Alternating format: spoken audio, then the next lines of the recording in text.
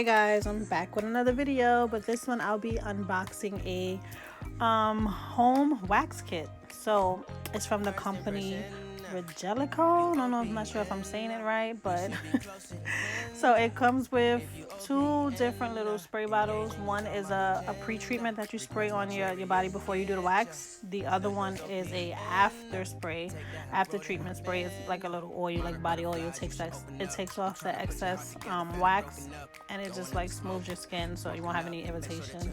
This is the kit right here to help you warm up the wax.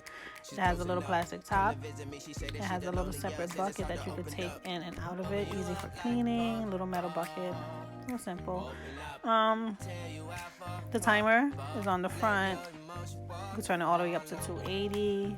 At a certain point, it ends up turning off on its own once it's too hot, so it can cool off the wax.